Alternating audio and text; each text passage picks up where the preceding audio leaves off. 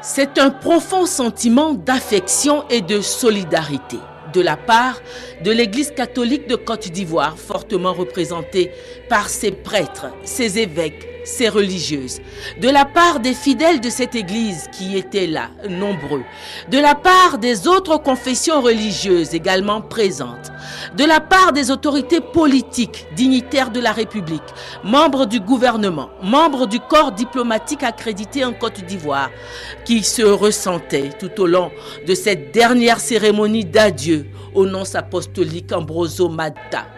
Ce jeudi matin, la cathédrale Saint-Paul du Plateau était pleine. Le président de la République et son épouse, touchés par la mort brutale et tragique du nonce apostolique, étaient présents pour partager ce deuil. La cérémonie funéraire a démarré par la levée de corps sur le parvis de la cathédrale, marquée par une courte prière. La dépouille mortelle a ensuite été conduite à l'intérieur de la cathédrale où une messe pour le repos de l'âme du défunt a été célébrée.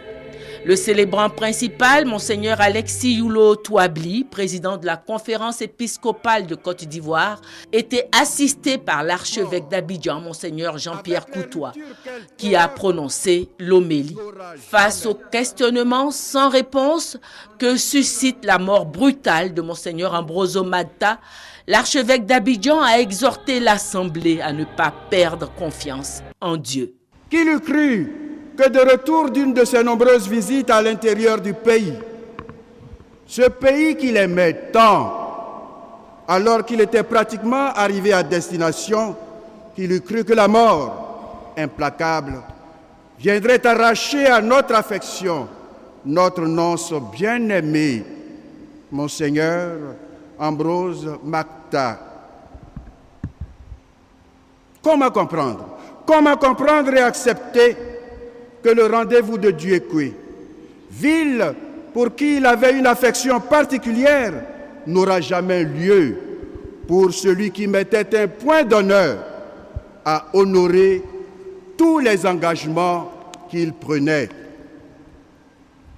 Pourquoi? Tout simplement, pourquoi maintenant, alors que nous comptions énormément sur lui, sur son savoir-être, son savoir-faire, son savoir-vivre, sur sa joie communicative pour nous aider dans nos efforts de réconciliation. Pourquoi Dieu peut-il permettre que pareille chose nous arrive? La vie a-t-elle encore un sens si c'est pour nous retrouver à pleurer et à regretter ce que nous avons connu et aimé à un moment donné de notre existence? Oui. C'est pourquoi je désire fortement que ce moment du dernier adieu qui nous est imposé, tous, nous le vivions, non pas dans le stérile désir de faire mémoire pour faire mémoire de celui pour qui nous nous sommes déplacés, mais bien pour redire avec force que la mort, avec les ruptures qu'elle provoque, n'aura jamais, jamais le dernier mot. Bien plus que la mort ne sera jamais le dernier mot de notre existence. Il a aussi lancé un appel à tous pour que le travail de réconciliation des Ivoiriens auquel s'était attelé Monseigneur Ambroso Matta ne reste pas vain avec sa disparition. Sa mort nous interpelle tant elle a été brusque et inattendue, laissant en friche le vaste chantier de la réconciliation nationale dont il était un acteur important. Aussi, en sa mémoire, je voudrais nous engager, nous tous ici présents, habitants de ce pays pour lequel il a donné sa vie, nous engager solennellement à offrir à nos populations le cadeau d'une Côte d'Ivoire de paix et enfin réconciliée avec elle-même. Une intention a aussi été adressée à Dieu pour le chauffeur du nonce apostolique Fousseni Compaoré, mort en même temps que son patron. À la fin de la célébration, le président de la conférence épiscopale de Côte d'Ivoire, Monseigneur Alexis Youlot Touabli, a présenté les remerciements de l'ensemble du clergé ivoirien au président de la République et son épouse, qui ont tout mis en œuvre depuis la survenue de l'accident pour que le nonce apostolique ait des obsèques dignes. Après la messe pour le repos de l'âme du défunt, une cérémonie protocolaire était organisée sur le parvis de la cathédrale. Devant la dépouille mortelle, la doyenne du corps diplomatique, l'ambassadrice de la RDC, son Excellence Isabelle Iboula Ngangeli, a rendu un hommage au défunt qui était, de son vivant, le doyen du corps diplomatique accrédité en Côte d'Ivoire. Le nonce apostolique, Monseigneur Ambroso Matta, était de nationalité indienne. Dans la hiérarchie de l'Église catholique, il était archevêque titulaire. Au plan académique, il était diplômé d'un doctorat en droit canonique.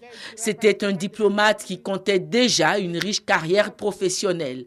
Avant la Côte d'Ivoire, où il avait pris fonction en septembre 2008, il avait représenté le Saint-Siège au Ghana, Togo, Bénin, au Salvador, en Géorgie, en Arménie, en Azerbaïdjan, en Albanie et en Chine. Monseigneur Ambroise Matta peut maintenant, comme l'enseigne sa foi catholique, profiter de la récompense que Dieu réserve à ses fidèles et dévoués serviteurs. 2 Timothée 4, 6 à 8. Aussi, avons-nous dans notre famille que le corps diplomatique apprécier les relations tant sur le plan officiel que personnel que nous avons pu entretenir avec lui et dont nous garderons un très beau souvenir. C'est en son temps que nous avons mis en place 2 cadres de concertation et d'échange.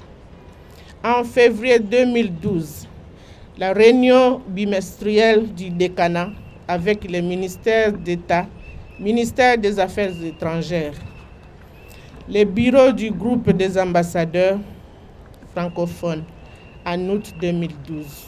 Après la doyenne du corps diplomatique, la grande chancelière de l'Ordre national, Madame Henriette Dagri Diabaté, a rendu à son tour hommage à l'illustre disparu pour ses efforts de médiation pendant la crise post-électorale et pour ses qualités humaines. Et l'a élevé au nom de la République et à titre posthume à un rang de dignité dans l'Ordre national. Pour ses qualités professionnelles de diplomate émérite, pour sa passion du Christ et pour ses attributs de grand homme de Dieu, pour la sollicitude dont il a fait preuve à l'égard du peuple ivoirien, pour la part importante qu'il a prise dans la recherche d'une solution définitive et durable à la crise en Côte d'Ivoire, il a mérité de la nation. Monseigneur Ambroise Matta, nonce apostolique, doyen du corps diplomatique, au nom du président de la République, nous vous faisons commandeur dans l'ordre national à titre posthume. Et nous confions à votre famille les insignes de votre grade.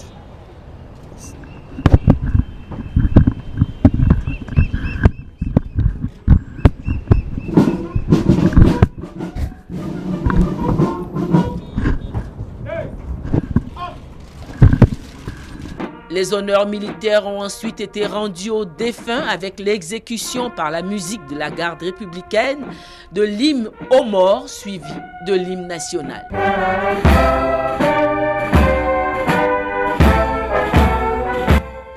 Dernier acte, l'ultime séparation.